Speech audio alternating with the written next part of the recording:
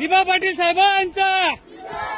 नवी मुंबई आंतरराष्ट्रीय विमानतळाचे उद्घाटन पंतप्रधान नरेंद्र मोदी यांच्या हस्ते लवकरच होणार आहे। नवी मुंबई आंतरराष्ट्रीय विमानतळाला लोकनेते दिबा पाटील यांचे नाव देण्याची मागणी पुन्हा एकदा जोर धरू लागली आहे।